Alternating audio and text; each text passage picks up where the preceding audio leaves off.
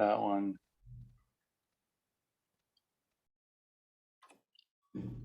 You see me? Well, we see the desktop. Here we go. Yep. All right. Perfect. So thank you, Leo, and thanks to Anna Maria and Caden, and to, I guess, Ian Spielman, I understand, is also one of the organizers. So thank you all for doing this. These are these summer lecture series are very famous, and I've been able to have the good fortune to participate in previous live versions of the Boulder Summer School. And I miss being in Boulder, I have to admit. Zoom isn't quite provide every sense, but it is great to still be able to communicate with people and to tell you all a little bit about what we're doing.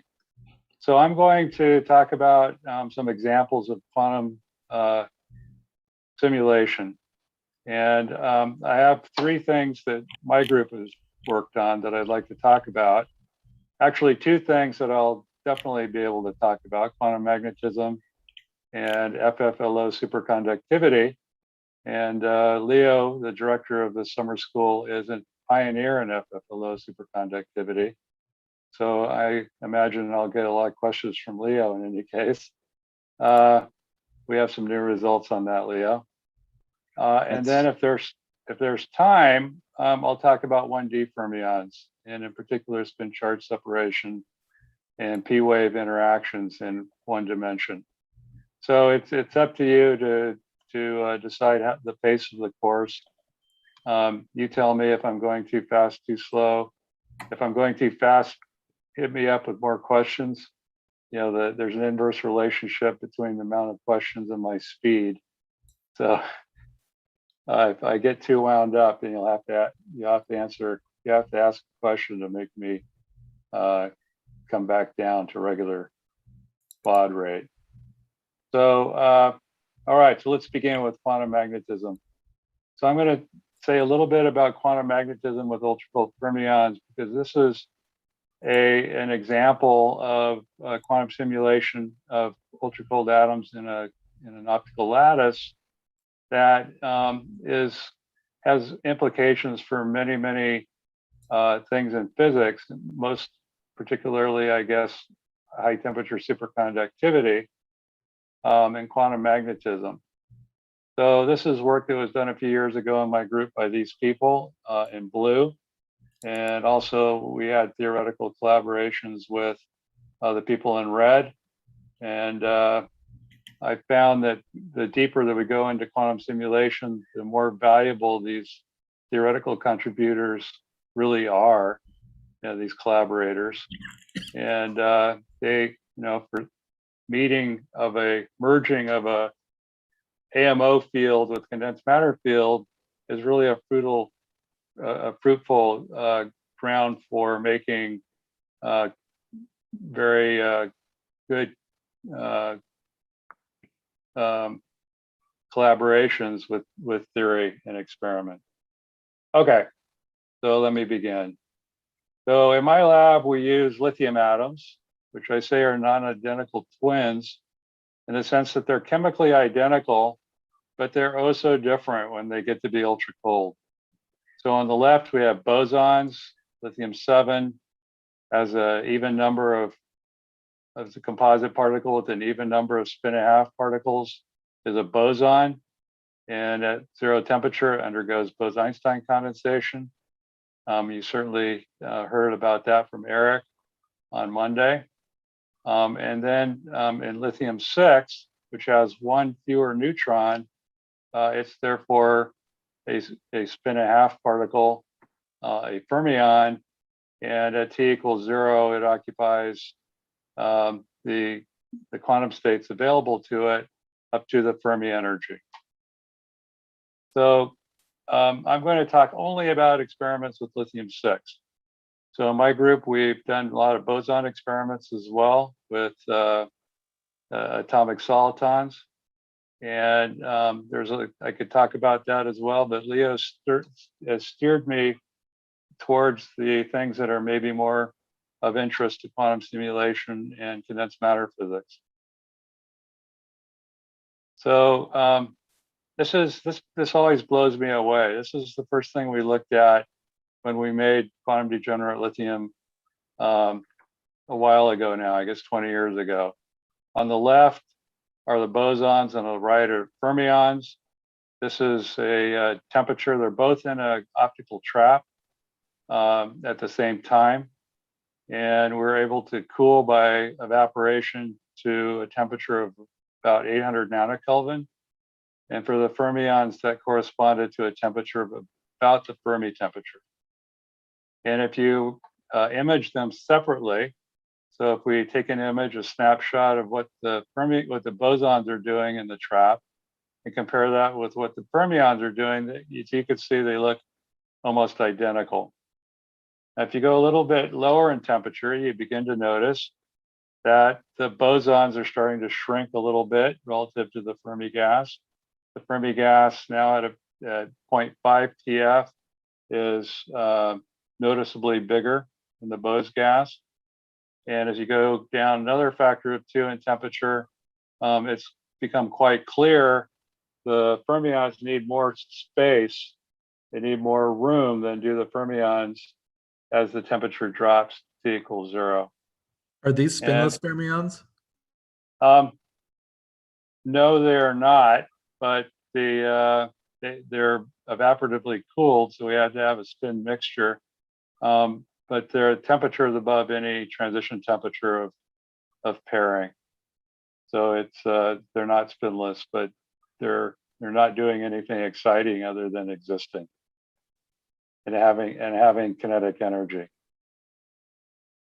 So this is nothing but the Fermi pressure of that was made famous by Fermi in 1926. So there's also a question in the chat. So yes, Kazra, do you want to unmute yourself? They're just asking sure. what. Thank you.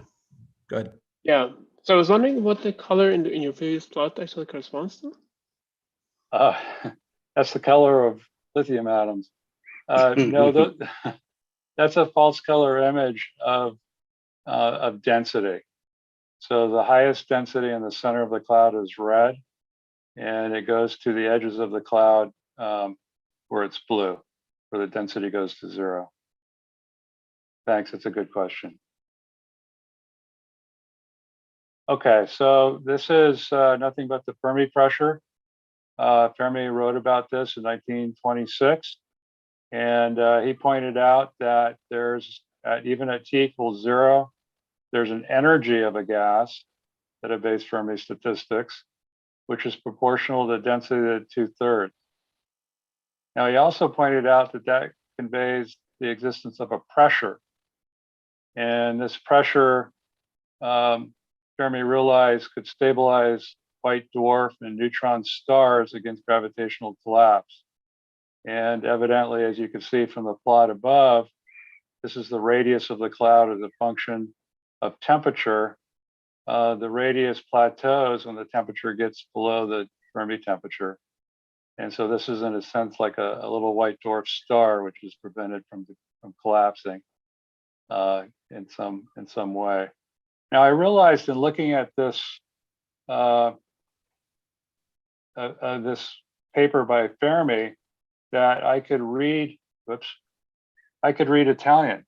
I didn't know that before. So it says that this funzione di definizione ellittica un po' complicata, cioè secondo cioè x è molto grande o molto piccolo, si può calcolare con le formule asymptotiche.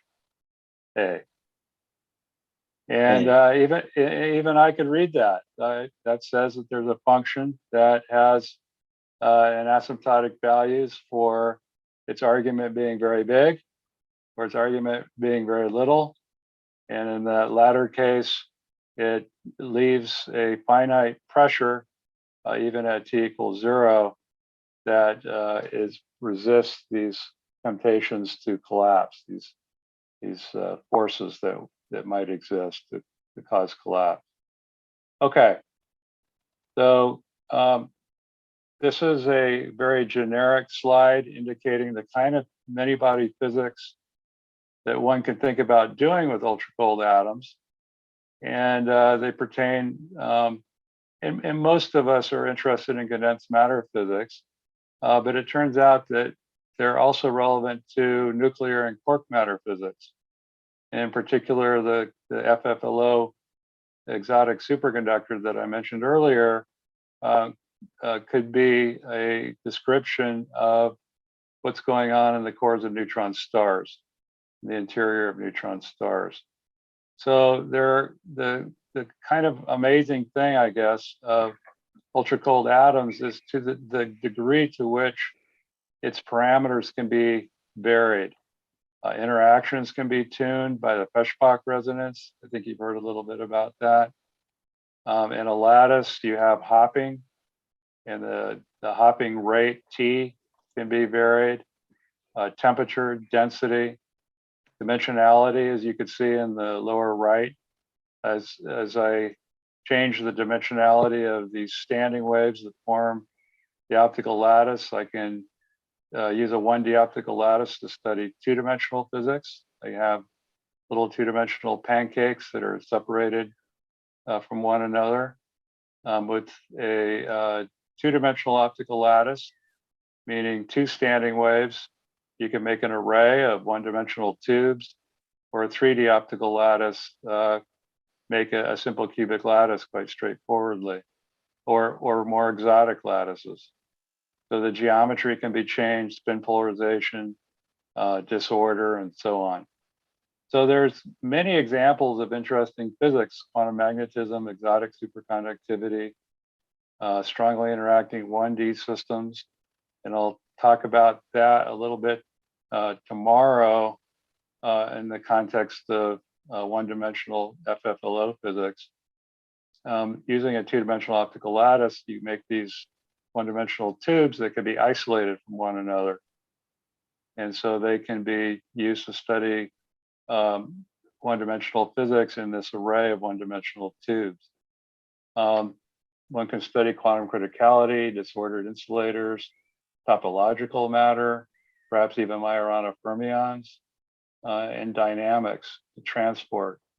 So all of these things are available to us, and it really never ceases to amaze me, the versatility of these systems to study types of physics that one can dream of, but maybe it doesn't exist in electronic materials or can't be controlled to the extent that we can control these quantum gases.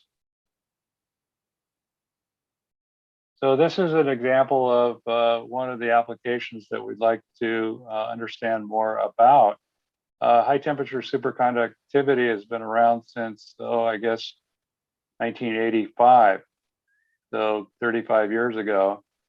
And we still don't know exactly what produces the pairing in high temperature superconductors. Most of the exotic superconductors are D wave, and there seems to be something to do with the D wave order parameter. There's also a connection with magnetism in these unconventional superconductors, as they're called. So on this phase diagram, it's a phase diagram on the temperature versus doping axis. And doping is, let's see if I can get rid of something here on my screen. So doping is,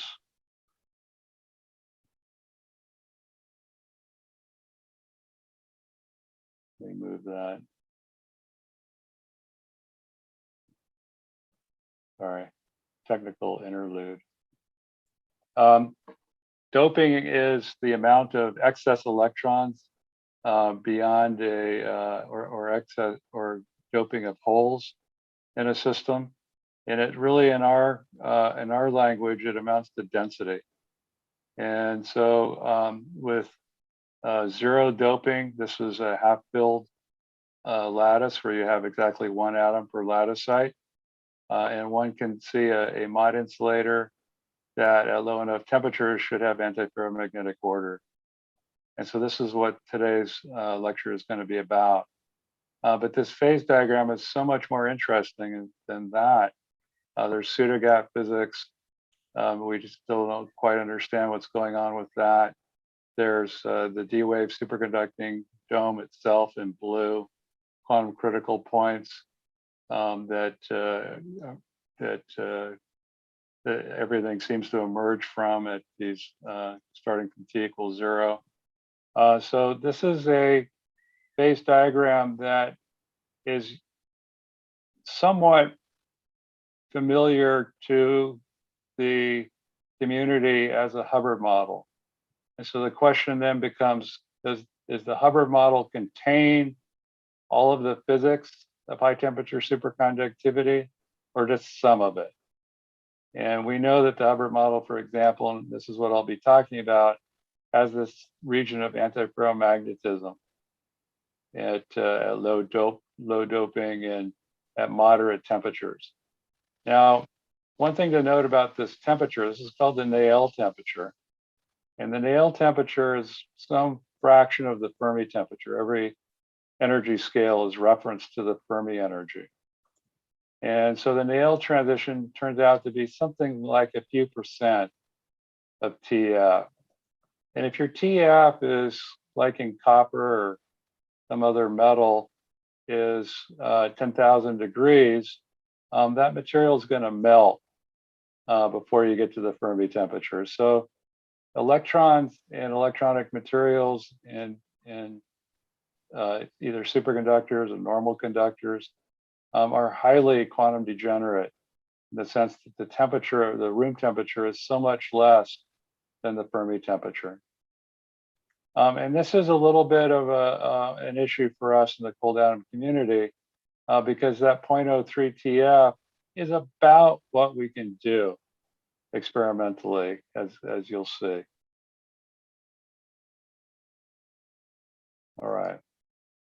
So this is the outline of what I'm going to talk about today, or at least that I'll begin on today. And if I don't make it through it, it's no big deal. We'll talk about optical lattices, how to make optical lattices, how to characterize optical lattices. And then with that background, we can talk about the Hubbard model and in the mod insulating phase that comes out of the Hubbard model. And then finally, the antiferromagnetic mod insulating phase that occurs at even lower temperatures. All right, so an optical lattice is based on the idea of an AC stark shift. So you may have heard about this some of the previous speakers, where the trapping is due to an inhomogeneous laser beam, which is somewhat close to some resonance in the atom. And it doesn't have to be on the order of line widths, but the dispersive phase falls off like 1/d detuning from resonance. That's what this parameter delta is how far, in this example, I'm detuned from the ground state in lithium in the first excited state is by this amount delta. And delta could be, this laser beam might be 1 micron in wavelength, whereas this transition is about 0.7 microns. And so the detuning is huge. And the reason for that is that you want the detuning to be big enough that it doesn't cause spontaneous emission. And that's important that you don't get heating from random spontaneous events. So if you're detuned to the red of resonance, it means that the ground state will be light shifted in proportion to the intensity of this laser beam to be light shifted by some amount.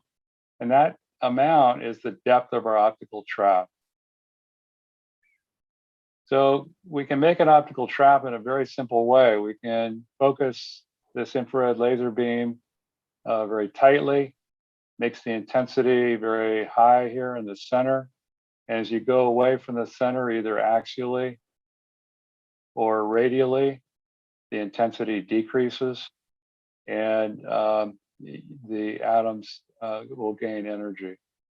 And so the atoms want to sit at the very center of this. There's the lowest order, it's a harmonic restoring force that produces this trapping potential.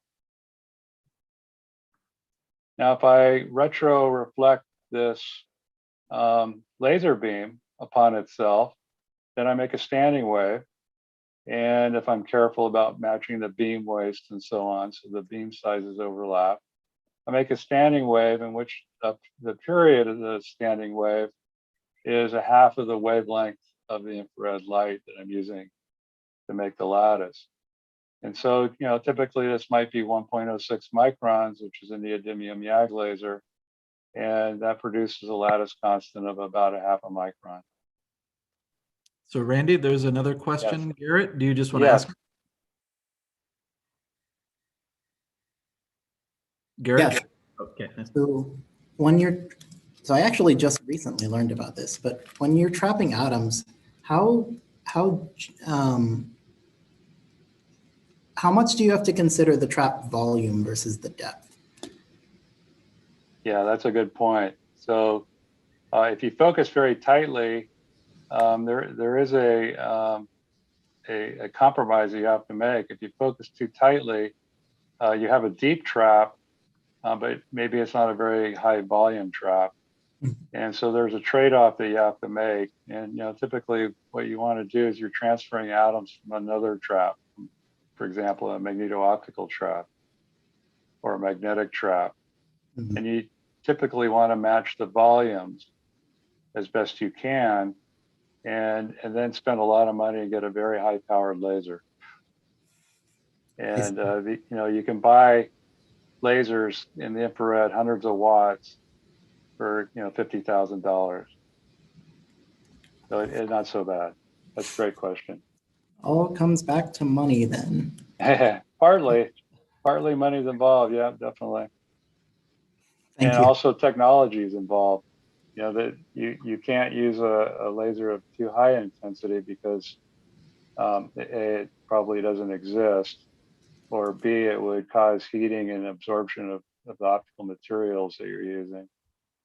I see. So if you want to transfer a group of atoms from maybe one trap to another while preserving the number as best you can, then you should match the volumes first. Typically you want to match the volume. Yeah, but obviously there's a trade-off, and the depth has to be big enough compared to the kinetic energy of the atoms. Otherwise you won't trap very many. I see. Thank you. Yeah, great question. Thank you.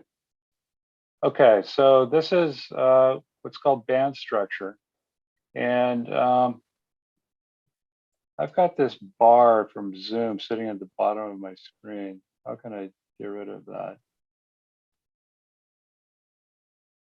So I think if you go to view in the it's the upper right hand.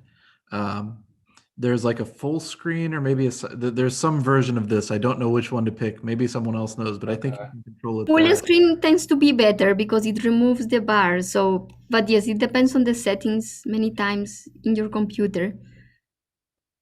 Yeah, let me see if I can figure it out. So Yeah, sometimes, I think at least if you choose the other options, I think any of the options like speaker or gallery, it will at least make the bar different from your slides. It won't overlap. Okay. I see. Maybe I should try that. I make no promises. I usually just randomly click things until yeah, it works. and there is that Yeah, part me that says at the too. bottom full screen, and sometimes it works. Also, you should be able to X out of the bar. That's a tool. The bar is probably the tool for for annotating and things, right? I think Randy is talking I about the distribution. have it. I have it. Oh, Thanks. but I have it now. Now Yeah, you're in just- presentation mode for PowerPoint. We have the wrong I'm- screen on you. Oh, you have the wrong screen? yes, Oh, okay. yes. You want me to do something else? Change. There is a you way to change the screen. Yes. You see display settings at the top of your screen? Yes. I think if you click that, there may be a swap Yes. screen option. Yes. Yeah, swap presenter. and presenter. slideshow. Yep. And it's grayed out. Oh. Then I don't know Let what me- to tell Let you. me try. Well, ending maybe slide. leave the presentation mode and come back into. Yeah, then I can't see. Then you can see, but then I can't see. Let me see. That's okay. I mean, we can see if you prefer that way. It's not that bad. I mean, we can unless people have issues. Let me know if it's a problem, and I'll change back. Well, Randy, there's a bar separating the notes on the right slides and in the big slide. Shift that Yeah. bar over to the right to make the Okay. notes smallest. Yeah, there it's almost. If you hover over it, yeah, there it goes. At least you could do that. How's that? Is that better for you? Mhm. Yeah, at least it's bigger. Yeah. Okay.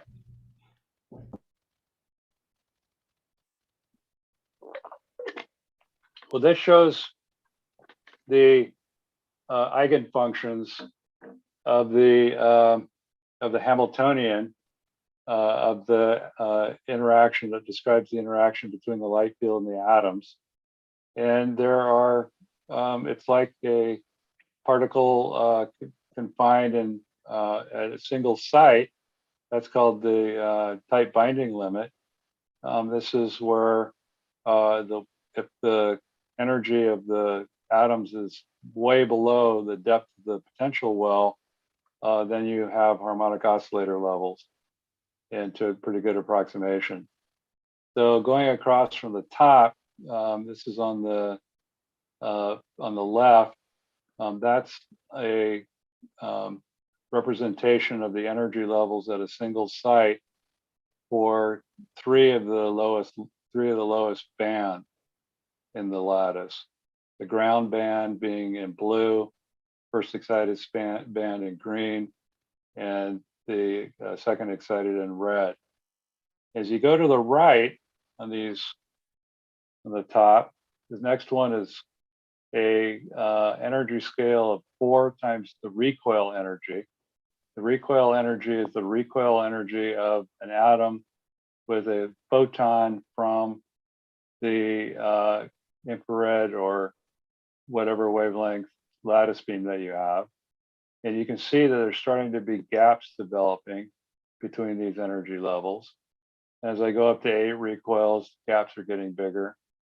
12 recoils, the gaps are getting bigger, and 16, they're already quite large. So the shaded area is the lattice depth. Here it's 0. Here it's, as I said, 4 recoils, 8 recoils, 12, and 16. And the dash or the dotted lines are the harmonic approximations. The harmonic approximations in a well, energy levels in a well or in a harmonic well are simply flat. So this is the evolution of those bands as a function of lattice depth. B naught is the depth, again, in recoil units.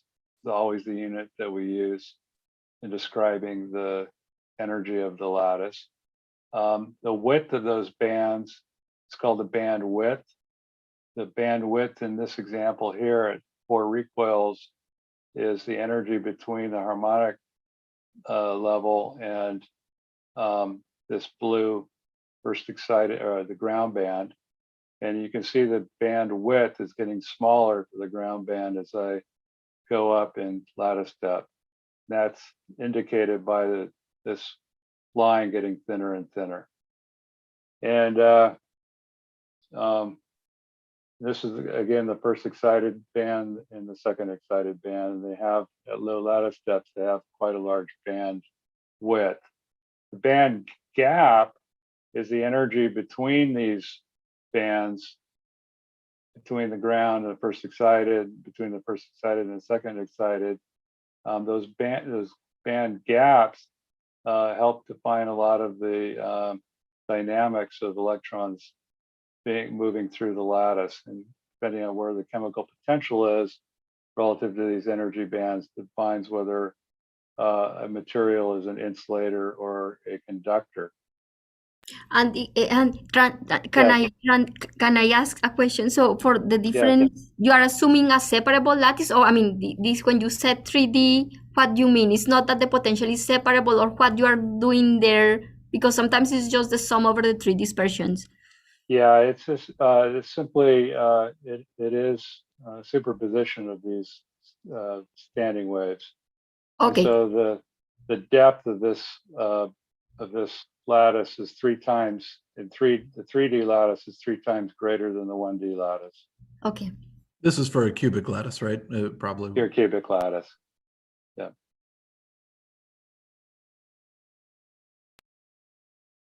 And so how am I supposed to understand the overlapping bands for low lattice depth? What's going on? Yeah. So good question. So the overlapping bands is because of the band width, which has to do with the quasi-momentum within a single site. The band width is so great that they begin to overlap.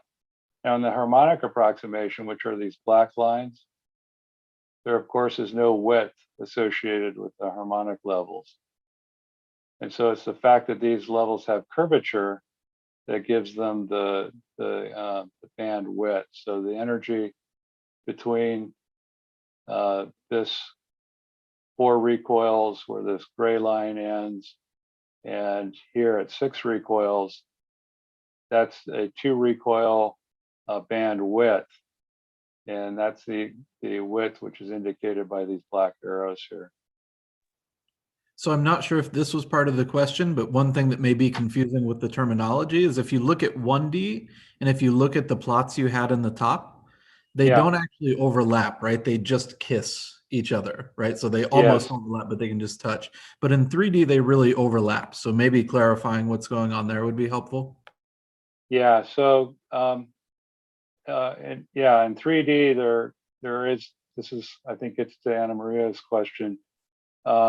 These lattices are separable and the solutions are separable. And so the energy levels can overlap between them. And that's this is represented by the fact that this green band overlapping the red band. Yeah. But it happens at different points in K-space, right? So it'll be that the lower part of one band is above the upper is below the upper part of another band, right? It's not that they actually cross at one value of K. It's right. Exactly. So yeah, there's different values of quasi-momentum in which they cross.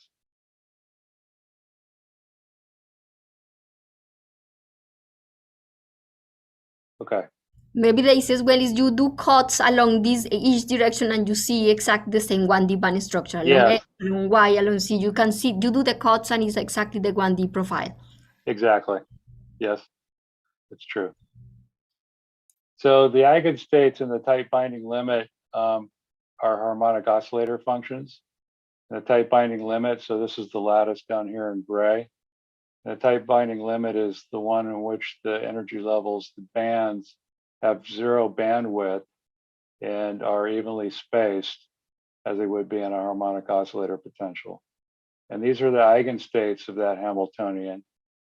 And these are called Bonnier states, which are approximations of the tight binding limits. You can see that they do extend into other wells as well, into other lattice sites. But they form a basis of nearly tight binding limited states. So tunneling means that the atoms can go from one of those sites to another. So if we come back up here, if I have an atom in this site, it can tunnel into the nearby site. And there's some rate for that tunneling process, which depends exponentially on the height of this well compared to the energy of that particular band. And so that that tunneling rate can be calculated, and this is the result of that. This is in recoil units again, as a function of lattice depth.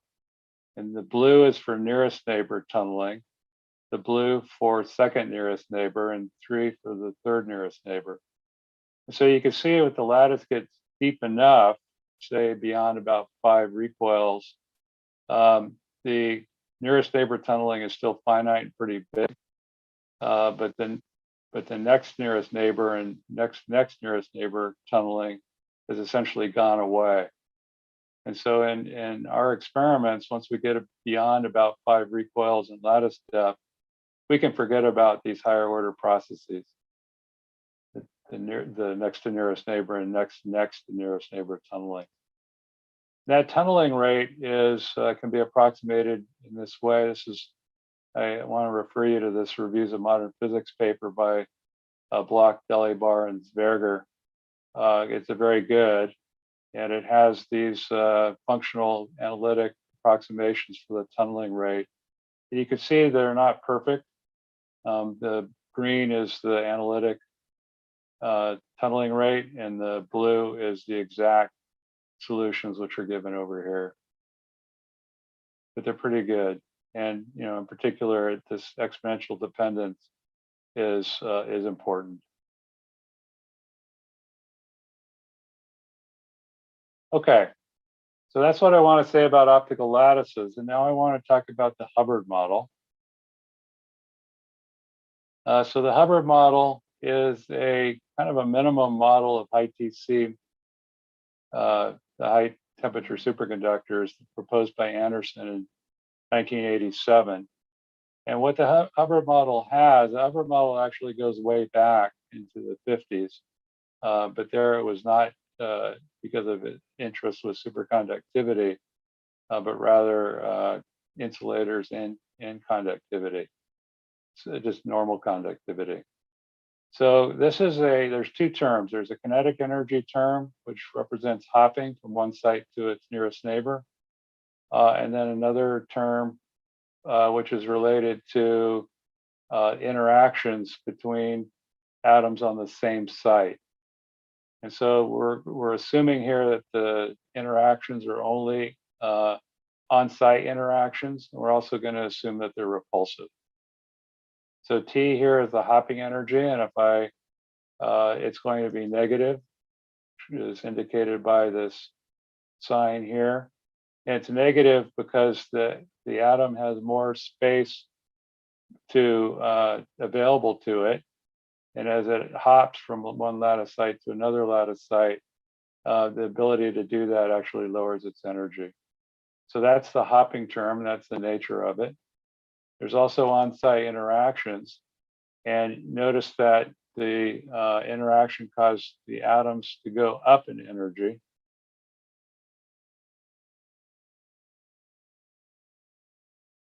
And that's because U is positive.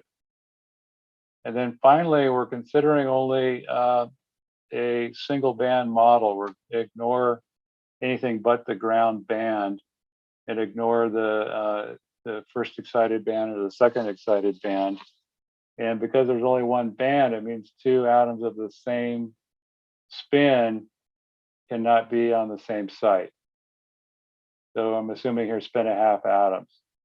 And so spin down atoms and a spin up atom would cause some interaction between them, some S-wave interaction, whereas 2 spin up atoms on the same site are not allowed by the Pauli principle. And that's all there is to it. So it's kind of remarkable. It's a paradigm model of strongly correlated matter, but no one knows yet whether for sure it contains the ingredients of high temperature superconductivity. That would be great to know. It's important to know what the origins of these of high temperature superconductivity is, and being able to solve the Hubbard model would give us some idea of what those important ingredients are. So it turns out it can't be solved exactly. So despite the fact that it's got very simple to write down the Hamiltonian for the Hubbard model, it's not simple to solve it. And the basis size increases exponentially with the number of atoms, or the number of sites. And there are a number of numerical techniques, primarily quantum Monte Carlo, but also some other approximations that can be used to get some information about the Hubbard model and its energy levels. But it's very, very difficult and very costly in terms of computer resources. So there was a cold atom proposal that was done by these people back in 2002 on solving the Hubbard model, which is an electronic model, but solving the Hubbard model with ultra-cold atoms to be able to learn, motivated to learn something which is possibly related to ITC materials. So these on-site interactions, coming back to the lattice in the same review article, can be governed by something called the S-wave scattering leg. So Randy, I think there's a Yes. question. Yes. Hi, Randy. I have a question. Is there a way to introduce next to nearest neighbor tunnelings above like 5 recoil? I mean, this is along the lines of like, I mean, there are some like recent numerical papers that say that just the pure nearest neighbor tunneling Hubbard model does not capture the D-wave superconductivity. So I was just curious if there was a way of like implementing like, let's say, next to nearest neighbor tunnelings in the experiment. Yeah, that's a great question. For sure there is. And it's just another term of the Hamiltonian. And so as a theorist, you know that you can write down Hamiltonians that, that describe the effects that you're talking about. But then it also becomes more difficult to solve that Hamiltonian. It becomes more complicated and more difficult to solve. But when U over T becomes much bigger than one has to worry about higher order bands. And that's something even in these quantum magnetism experiments that I'm going to show you is something that theorists have to worry about. It is higher order bands are important. So not just higher bands, but what about in the lowest band, just getting longer range tunnelings? Because I think that's what a lot of the proposals, maybe, or at least the ones I'm familiar with, that's what they're talking about. Yeah. Well, certainly, those exist as well. They're small.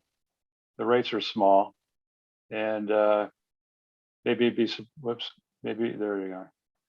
It would be surprising to be in a lattice that were 6 or 7 recoils deep, and there to be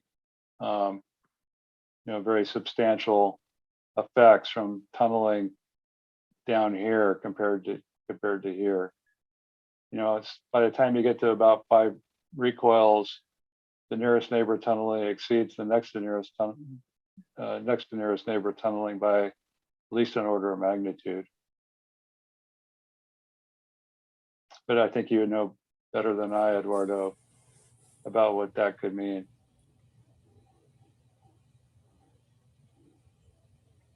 Okay.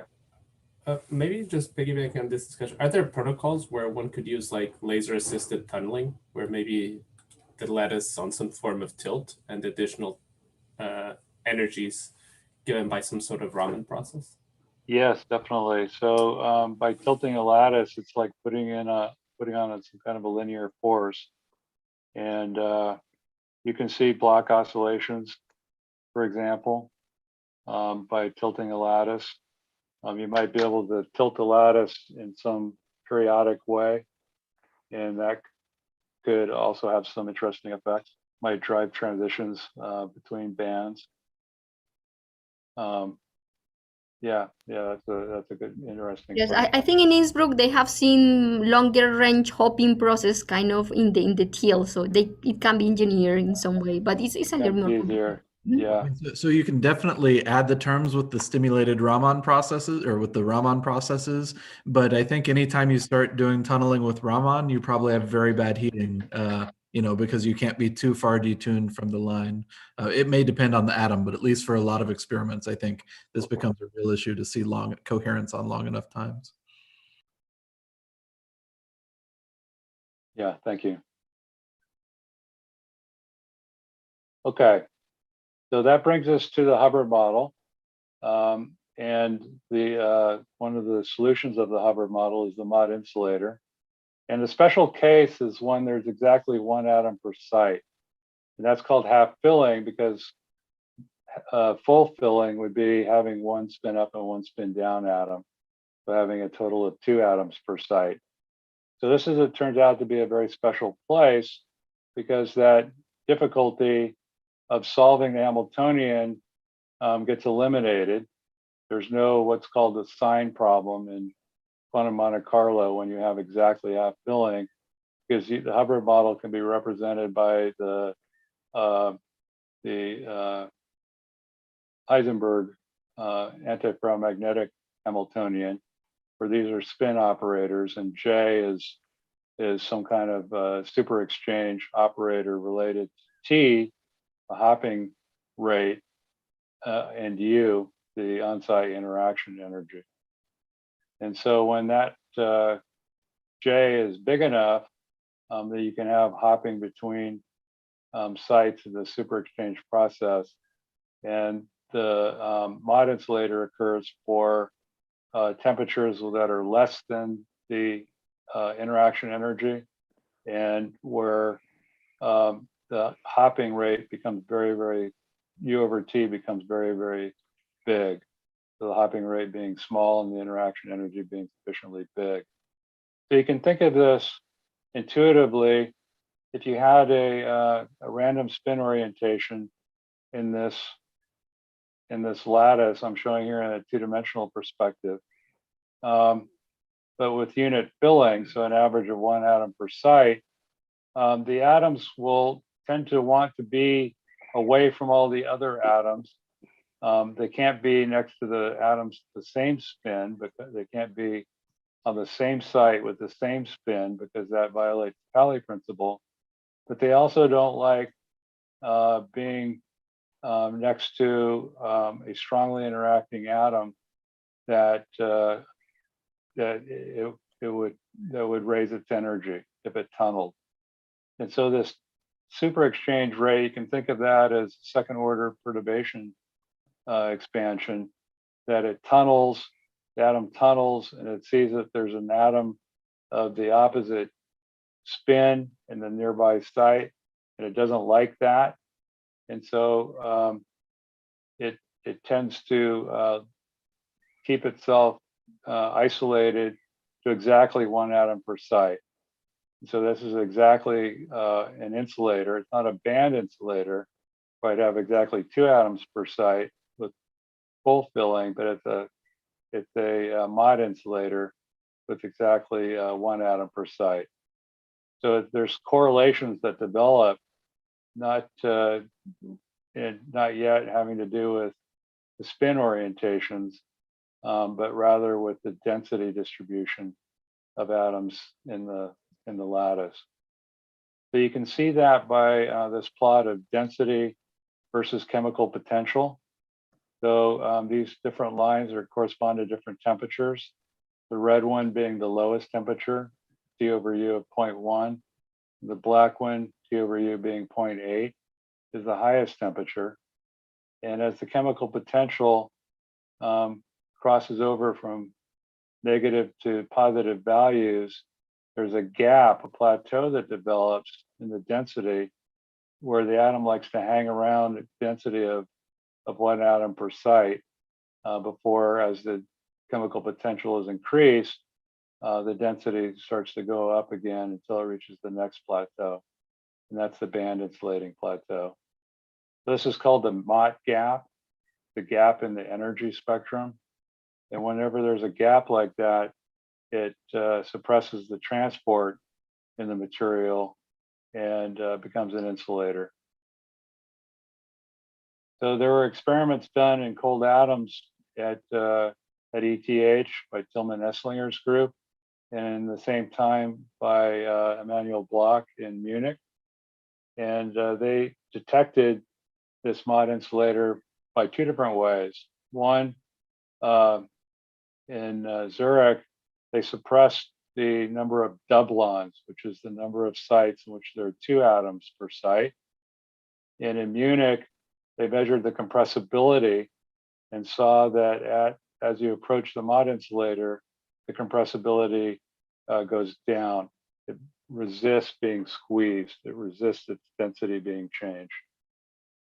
So the compressibility is the change in density with chemical potential.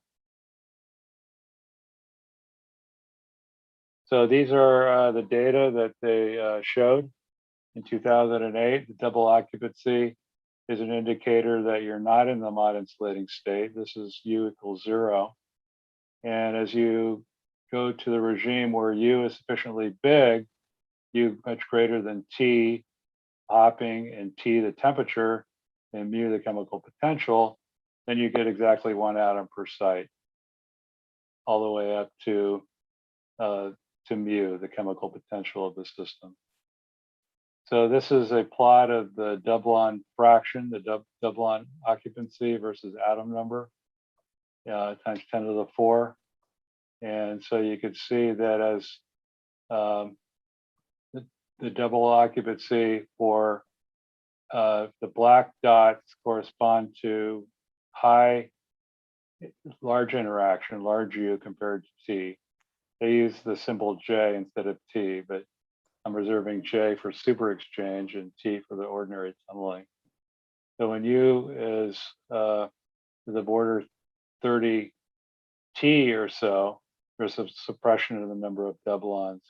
This is a zoom in of that same data. And again, if the lattice becomes so tight that, or the lattice or the interactions become so great, there's a real suppression of the number of double occupancies. Okay, so all of these different lines, the different color lines are for different values of U.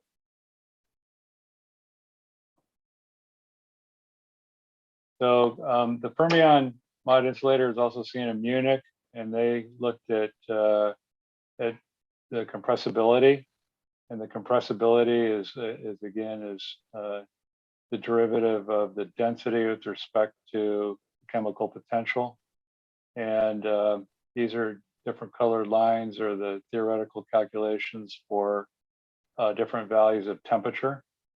And if the temperature is small enough, then you see a change in the compressibility when the lattice, or when the change of the ET is the trap constant, the harmonic trap constant. When that becomes, when they change that, you get a change in the compressibility of the system. So it responds to a change in the trap potential, or doesn't respond, I guess I should say. So antiferromagnetism comes into the system, again using this Heisenberg model, when the temperature is sufficiently low, when the temperature gets below the super exchange energy scale. And this is coming back to the mod insulator, the local moment in this Mott plateau. This is I should have written down what this was, but this is the magnetization. This is n up minus n down squared, the average of that. So it just shows you that each lattice site has a particular degree of spin. And so now we can use that particular degree of spin. We have the super exchange operator, which is higher than the temperature. Then we, instead of getting random distribution of atoms in the lattice, they become magnetically ordered. It looks like a checkerboard. This is the antiferromagnetic nail state. So the transition occurs, as I said, when temperature is sufficiently small, and that corresponds to a density of log 2, meaning that or an entropy of log 2. When the entropy becomes smaller than log 2, that means that if you can no longer randomly orient the spins you have to deal with the spin degree of freedom. So that's a really low entropy for a cold atom experiment. And it's very challenging to come close to that because it corresponds to such a low temperature. And the problem is that the super exchange energy scale is in of itself a very low energy. So this is a result of a quantum Monte Carlo calculation by Teresa Paiva. And Teresa showed that in the homogeneous density case, that antiferromagnetism only occurs when the entropy is sufficiently small. So the entropy per particle has to be below 0.3 in order to enter this antiferromagnetic region of this phase diagram, where these axes are temperature on the left and interaction strength on the right. So Randy, So, yes, go ahead. on the previous slide, you said it was the Yes. entropy density needed was 0.7, and now you're saying 0.3. Was the 0.7 just a Yes. rough estimate? Is that why? Or Yeah, that's a good question. I'll show you in a second. You have to wait one slide. So ask me again if it's not clear. But let me focus on this one, and then we'll come to that next point. So this is this transition temperature is actually a convolution of two things. One, just the hopping from one side to another gives this exponential value of hopping normalized by U. That's this dashed line. This dotted line is the super exchange energy scale. And we always have to remain below those two energy scales in order to realize antiferromagnetic order. So one can't just simply reduce the interaction strength U over T and go up on this dotted line, because then you're way above this energy scale for the mod insulator. So you have to be below both of those energy scales. And yes, as I mentioned before, the entropy per particle should be less than 0.7, but in this homogeneous gas, it turns out it's not quite that. It's actually a little more severe. It's about a factor of 2 below that, the entropy of about 0.3 per particle. Now, what happens if, so I thought I had it on the next slide. Let's see.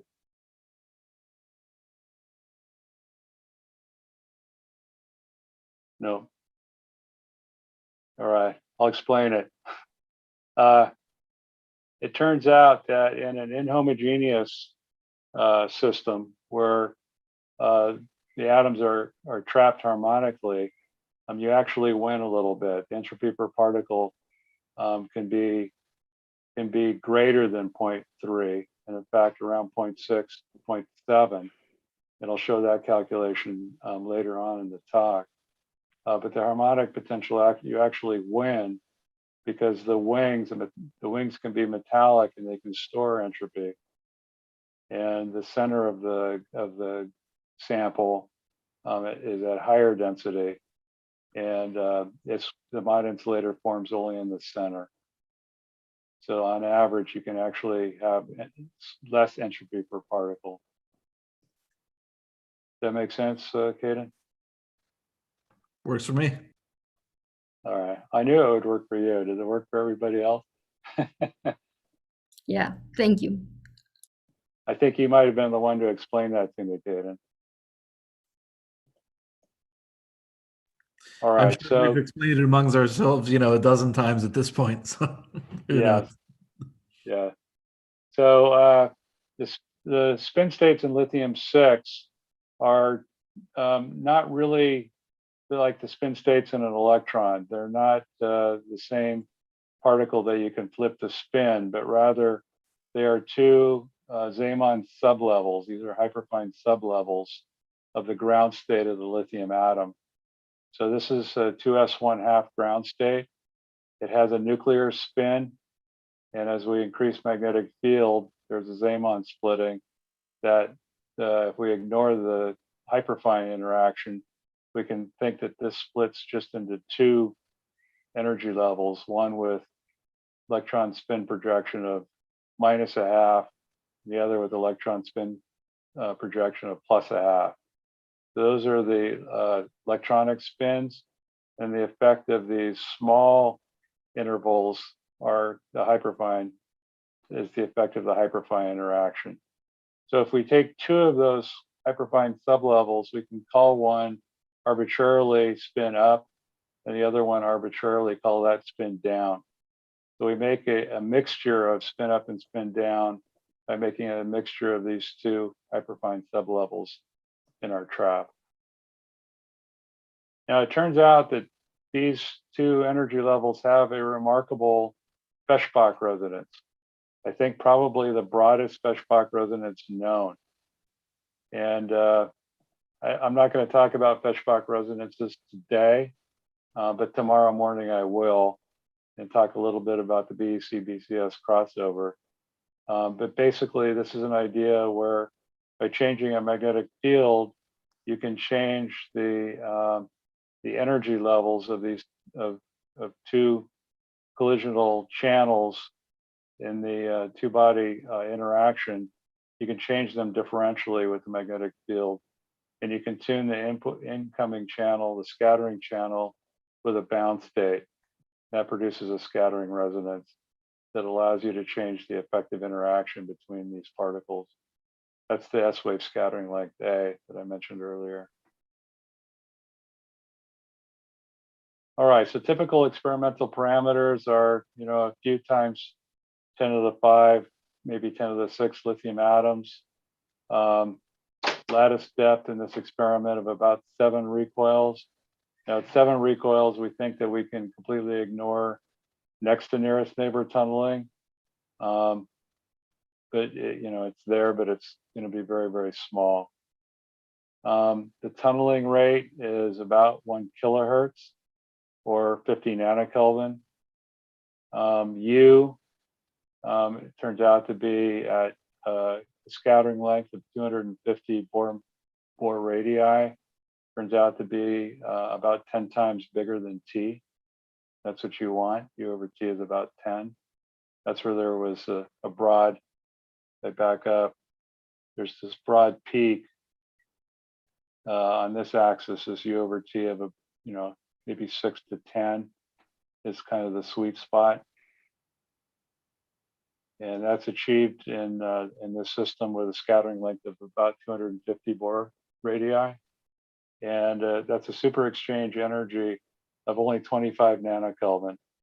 This is why it's so freaking hard to do these experiments, is that last line. That last number is really challenging because it's telling us that the temperature has to be of order of a few percent of the Fermi temperature. All right, so there's a few tricks that we do experimentally and that I'd like to talk to you about. One of them is Randy, yes? maybe this is a place to brag on lithium, that 25 Yes. nanokelvin is small, but just imagine if it was something else. Do you want to comment on? Just imagine it was something macroscopic. Just imagine if it was, strontium, or if it was, what are sodium, some potassium, Yeah, which doesn't tunnel. Yeah, so for sure, there's a mass effect on the tunneling rate, and so one has to be thankful for small things. All right, so let me just brag on this because this works out pretty well. So this is the normal laser cooling levels that we use in lithium. So I know that Eric, as I listened to him tell you about it, Eric talked about laser cooling in his talk, and basically this transition at 671 nanometers is what's called the principal transition in lithium, and it has a line width of about 6 megahertz. He told you about the Doppler cooling limit, which is proportional to this line width, and that turns out to be about 140 microkelvin. So that is 140 microkelvin is a long way from 27 or 25 nanokelvin, right? So more than a factor of 1,000. We have to figure out a way of going from what people would still call pretty ultra cold, 140 microkelvin. We have to figure out a way to go down to 25 nanokelvin. The one small step in that direction is to use not the 2p excited state, but the 3p excited state. And this has a line width of 0.8 megahertz. So about 8 times smaller than the 2p line width. The Doppler cooling limit then turns out to be something like 20 microkelvin. And that really helps us load an optical trap. So we get more atoms at lower temperature than we would otherwise by using this more forbidden or less strongly coupled transition to this excited 3p state. Now, the only issue with it is that it's in the ultraviolet, 323 nanometers. So this is time of flight, which is a way of releasing the atoms and seeing how fast they fly away. It tells you what their temperature is. So this is the conventional 670 nanometer MOT, and there's a 300 microkelvin temperature that fits to it very well. But in the ultraviolet transition, it's a 60 microkelvin expansion temperature. And that's a order of magnitude in phase space density. We went from 10 to the minus 6 to 10 to the minus 5. So we have to eventually get to 1 to be able to see a quantum degenerate gas. So this UV MOT is a lot better than the red MOT, and it's a real workhorse for us in our lab. So it also turns out that the optical trap wavelength at 1070 nanometers is what's called a magic wavelength for this transition. Now, magic wavelength is where both the ground state and the excited state have the same light shift. This is where they're opposite light shifts.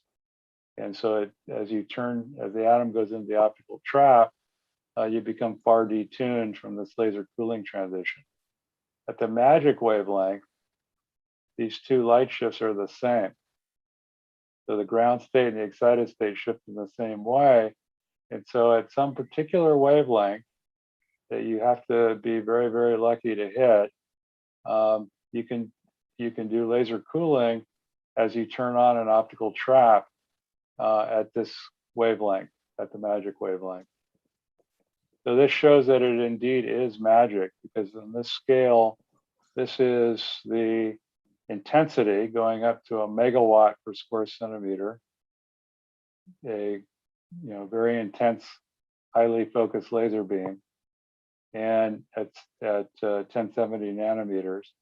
And we're showing what the light shift is on this UV transition. And it turns out to be 800 kilohertz, a line width at a megawatt per square centimeter. So at intensity is less than a megawatt per square centimeter, we can still do laser cooling. So this works really well, and we really have to just, thank our guardian angel somehow for watching over us in providing this this magic wavelength at such a convenient place. I mean, it was just fortuitous that the magic wavelength is exactly where you can buy high-powered infrared lasers.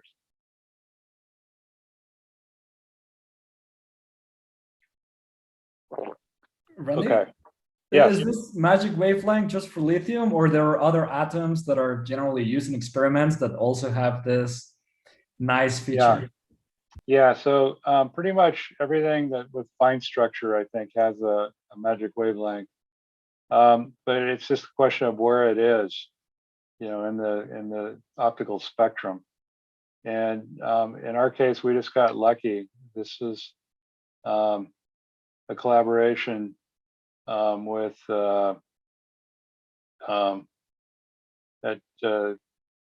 in Delaware with oh my goodness, My memory fails. Mariana Safranova. Mariana Safranova, thank you so much for that. Mariana communicated with us and we were interested in knowing where the magic wavelength was in lithium. She did the calculation because she's about the only person who can do these kinds of calculations involving multiple electron atoms. And she did the calculation and found out that it was indeed at a very convenient wavelength. And so we had 1060 nanometer lasers. So we bought a new laser at 1070, and you can buy them either at 1060 or 1070, thereabouts. So we specified 1070 nanometers, and we took this data and we're amazed. Her calculations were right on, exactly what her prediction. Okay, so that covers what I wanted to say about the Hubbard model. And we talked already about the mod insulator. So, well, let me finish talking about the mod insulator, and then I think we're done for today, because we're already, what time is it? 4:20. So do you want me to continue on? Maybe it's a good time to, if this is a new topic, maybe we can open for discussions. What do you think, you and Kaiden? Yeah, let's open for discussions, and then you can go on if there's not a ton, but definitely let's take questions here. I have a question. Would you mind rehashing the point about the magic wavelength? I didn't quite catch it. Yeah. So if you look at the Hamiltonian of an atom, and it has these eigenstates, it has a 2s ground state and a 3p excited state. But then you add a laser field. So you have not only the atom, but you also have the atom field interaction. That atom field interaction produces, if I diagonalize that Hamiltonian, I have new eigenstates. And those eigenstates turn out to produce shifts, effectively. They're at different energies than the bare atom eigenenergies. And those are what are called light shifted states, or AC stark shifted states. And so it turns out that usually one of them goes down, the other one goes up in energy.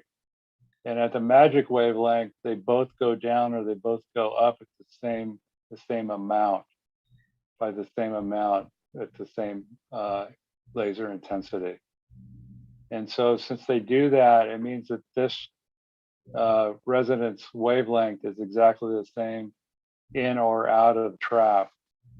And so if I'm doing cooling in a MOT, magneto-optical trap, I can cool as I turn on the optical trap and transfer the atoms from the MOT to the optical trap. I can do that continuously. And so this really helps by laser cooling in the trap. I eliminate the problem of heating that usually occurs as you change from one potential to another. It's not totally adiabatic. And so you can overcome that by doing laser cooling as you turn the trap on. So as I turn the optical trap on, this cooling wavelength stays the same. I can just continue cooling as I was outside of the trap. I see. Okay, thanks. So just as a quick follow-up. I was confused about this because it's a little bit different from my experiment. So you have your MOT and your ODT in the same location. In my experiment, we do magnetic transport from the MOT into a glass cell where our ODTs are. And so we don't have to worry about this, right? Because we don't have the MOT and the ODT in the same location. That's the point. And that's why the magic wavelength is useful for you. Yeah, actually not. So when you transfer your atoms from your MOT to your magnetic trap, whether they're spatially overlapping or not, you have the problem that the temperature in the optical trap is going to be greater than the temperature than in the MOT. So when you transport your MOT, it's at some temperature, some Mott temperature that you can achieve. And when you try to turn on when you put them into your optical trap, they'll likely heat up. I can maybe find the box even. Did you buy it? I can maybe find the box. Let me find the box. Well, you can also tell them it's perfect condition. We'll try to mute Leo here. Okay. Did that make sense? Charles, is that good, or did you want to follow up with that? I think I should think about it myself a little bit, but thank you. Yeah. So I guess, the thing to ask yourself is, do your atoms heat up when you go from the Mott to the optical trap? And unless you're doing some evaporative cooling, in the optical trap, then the answer has to be yes. And we do, but yeah. Yeah. Okay, good. Thanks. Yep, thanks. Okay, so so there are more questions. So Vaibhav, did you want to ask? Yeah. My question was, how do you tune the chemical potential and do compressibility measurements in the optical lattice?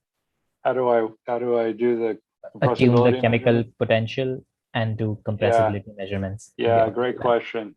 Great question. So those, so actually that's the next section on the Mott insulator. So that I can either start that now or in the morning. I guess it's up to you guys. So let's see about other questions, and then if not, we can go on. But what other questions are there? Yeah.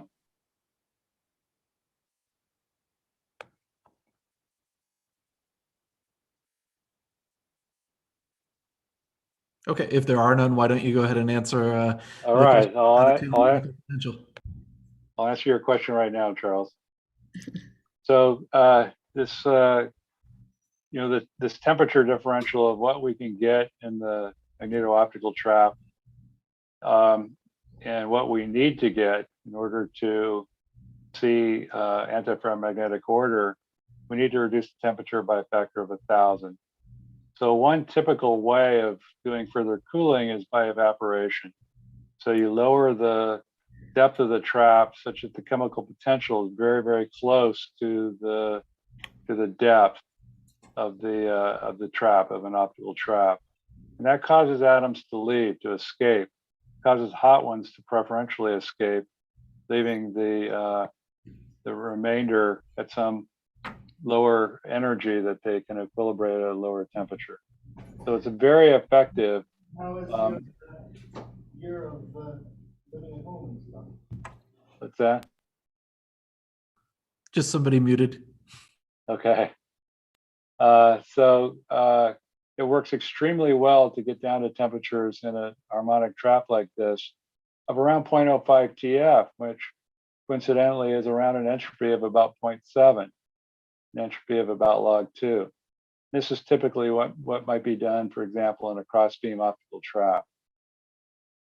But in a lattice, we have no such luck because the chemical potential is way, way below the depth of this optical potential. There's some kind of a confining envelope defined by the Gaussian width of these laser beams in the lattice. And the atoms are incapable of getting enough energy to overcome this potential barrier. Unlike the case where when we had an optical trap, we could just simply lower the depth of the optical trap. We can't do that here. Chemical potential has to be somewhere inside the lattice in the region where we're interested in forming the Mott insulator. So we devised a way around that called the compensated lattice. And what we do is we use Bluetooth-tuned laser beams to compensate for this confining envelope. So being Bluetooth-tuned instead of infrared, it's 532 nanometers. It's above resonance. Since it's Bluetooth-tuned, it produces an opposite sign force. So you can cause that opposite sign force to compensate for this potential well, and you have something which then can be adjusted again, where the chemical potential can be, again, very close to the evaporation threshold, and you can get evaporative cooling. So this technique actually turned out to be very successful, and we're able to get evaporative cooling to work in an optical lattice, which nobody had done before. So the computated lattice, in addition to providing cooling, also can flatten the band and can be used to control density. You know, you want to have half filling, you want to have 1 atom per site density. So the density control is indicated here by the intensity of the blue detuned laser beam. When it's most intense, you get something which is very close to a plateau with 1 atom per site. So here's what that looks like. So this is the mod insulator, can develop for large U over T, as we were mentioning before. These are column density images, but these are 3-dimensional density distributions that one gets from taking the data and doing something called an Optical transform, in which you take something with cylindrical symmetry and a projection through it, called the column density, and you do the Optical transform, and it gives you the 3-dimensional density, assuming that it has a cylindrical symmetry. So this is a mod insulator. You can see that there's exactly 1 atom per site in this system. And if the interactions are strong enough, the red is a U over T of 11, the blue is U over T of 15, and the black is weak interaction, which is about 3, U over T of about 3. So Charles, I think, asked how we can measure the compressibility. Well, this is the peak density of the gas for different interactions. Interaction energy of 3, of 5, of 7, 11, 15, and 18 for 2 different temperatures, 0.6 times the tunneling divided by the tunneling, or 2.4, temperature at 2.4 in tunneling units. And you could see that as you go up in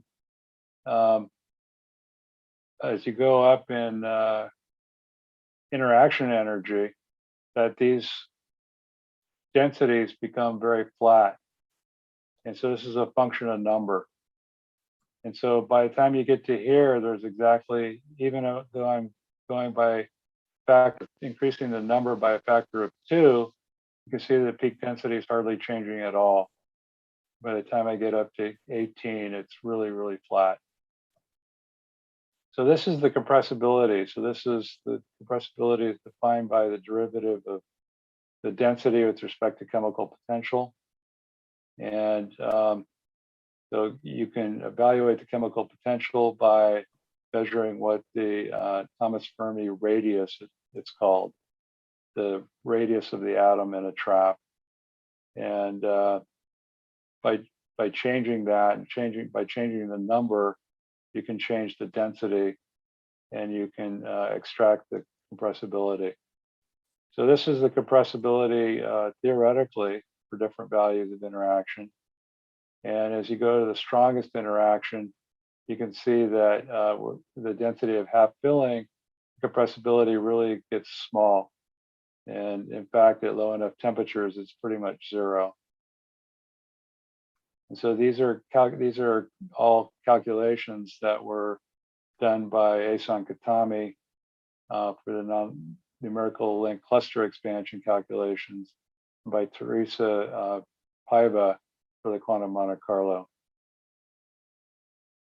So this is our data in which we extracted the compressibility from the data as a function of normalized density.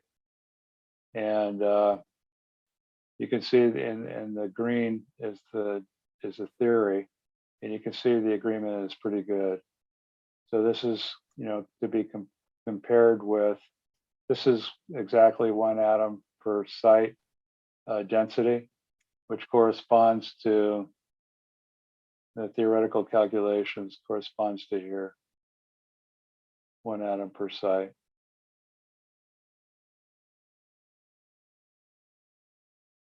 So this is a way of actually you can extract temperature using this agreement with the theory and the extent of the agreement with theory. And the temperature works out to be something like 1 in terms of tunneling units. Okay, Randy, so I missed the experimental determination of kappa. Is it within the local density approximation? You basically convert dn d mu to dn dr. Yes. Okay. Thank you. Exactly. Yeah. Yeah. Thanks for that question, Charles. So that actually wasn't my question, but I do have another one. Okay. So I'm not sure. So I was just thinking about the super exchange parameter you showed, and I'm not sure if it scales with mass favorably enough to want to use a lighter mass atom. But let's say you could do like helium-3 fermions, for example, in a lattice. Would that give you any big advantages, or just like sort of lithium? Is it light enough to get all the goodness out of light atoms? You could always do better. It would be good to do better. So your idea of looking at helium is a good one and well motivated. The issue with helium is that since it's a closed shell atom, there are no good laser transitions. So do hydrogen. Or hydrogen. Yeah, but I think you can do it with hexamers. Yeah. So I think like not too long after they made that like Wolfgang made BECs, I think Alan Aspect made a BEC with helium-4 hexamers. So, well, I don't actually know, but like, are there helium-3 hexamers? Do helium-3 hexamers have some nice transitions to use? So the experiment of Aspect et al. And others was metastable helium. Okay. So it's not the ground state of helium. It was a helium electron which was promoted to a metastable state. And so there, that electron, that metastable electron, has laser transitions available to it. And those kinds of experiments are still going on. People are still exploring helium, metastable helium, to look at various quantum gas properties. So yeah, so going lighter is good. Then you have to also look at what other trade-offs you might be making. And so going to helium means that the electronic transitions aren't so convenient. And there's inelastic decay, as you might imagine, having an electron which is so excited as it has to be in helium to get out of the ground state. If there's inelastic collisions that limit your density. But those are exactly the kind of questions that we asked ourselves. And when I was thinking about getting into this more than 30 years ago, I was thinking, what atom might choose to try to do Bose-Einstein condensation? And I decided that the lightest one would be best because it is most quantum degenerate at any given temperature. Well, it turns out that lithium has some other aspects to it, which are, that's a good thing, but it turns out that there are some challenges posed by lithium as well. And one of them is that its scattering length is negative, means it's not stable, and to collapse. And because its fine structure is so small and hyperfine structure is so small, you can't do subdoppler cooling. So there's something called subdoppler cooling, Lin perp Lin, some people call it that, or Sisyphus cooling, sometimes known by that term. You can't do those kinds of cooling mechanisms in lithium. And so this is why this ultraviolet transition turned out to be so fortuitous for us, because that basically overcomes that obstacle. I see.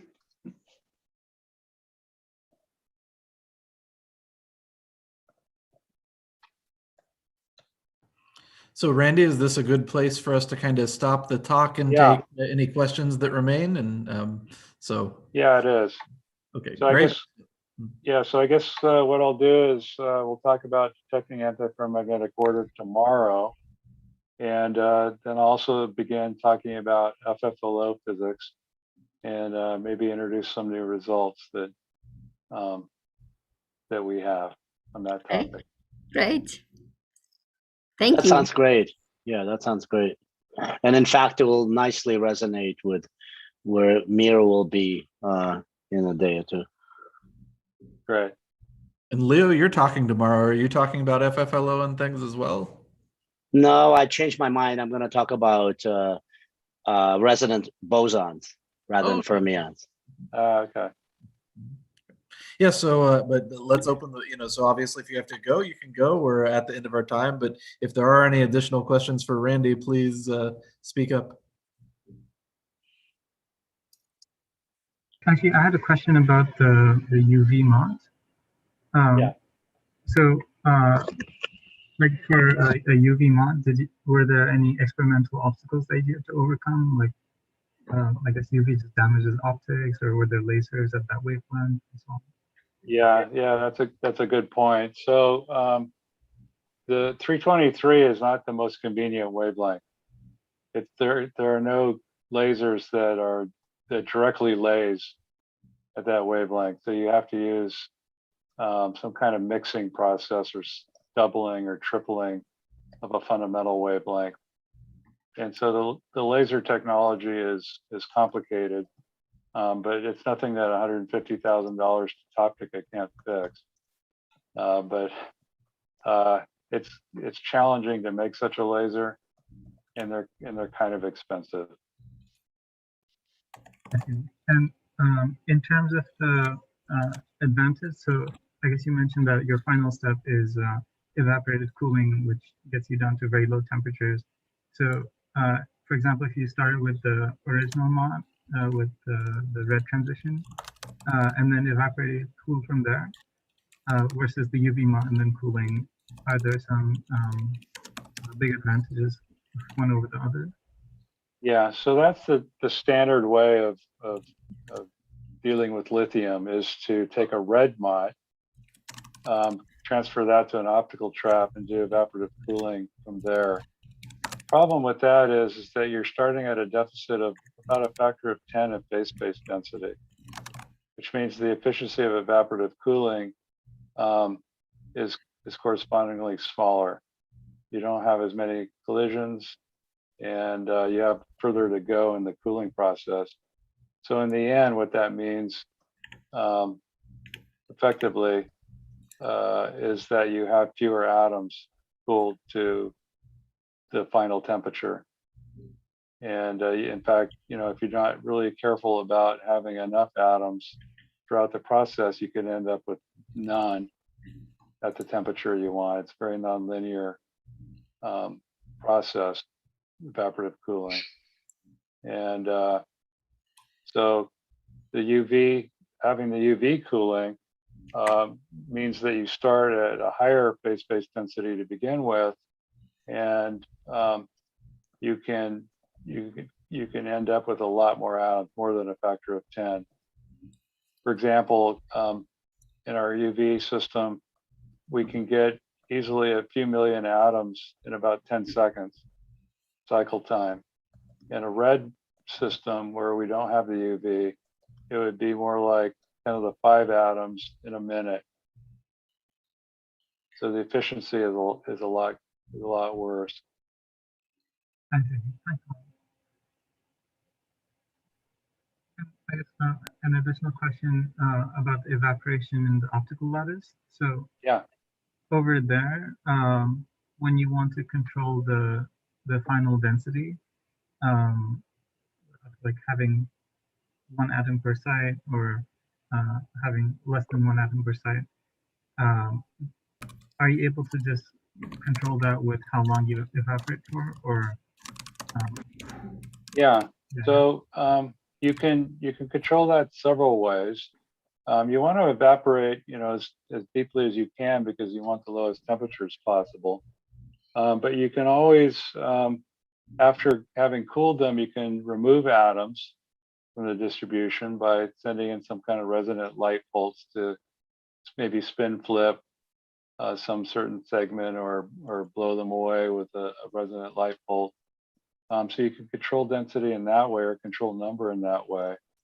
You can also, as shown here on this slide, you can change the amount of, using that compensated lattice process that I described to you, you could change the amount of green anti-confining intensity. Remember, the black data corresponded to having low power of green, whereas the red and the blue was a higher power of green. So you can adjust the density in that way by flattening out the distribution.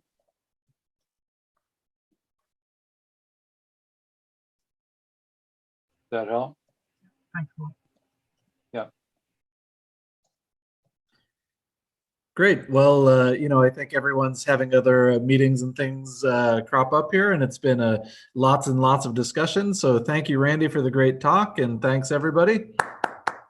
And I'll see you all tomorrow. Thank Yeah, you, we'll Caden. continue tomorrow with Randy's second lecture right at 9 o'clock. Yep. So see you all tomorrow. Get some rest, and thanks for all your perseverance through today. It's a heavy day. Thank you, Randy. Yeah, my pleasure. See ya. See you tomorrow. Bye-bye. Bye.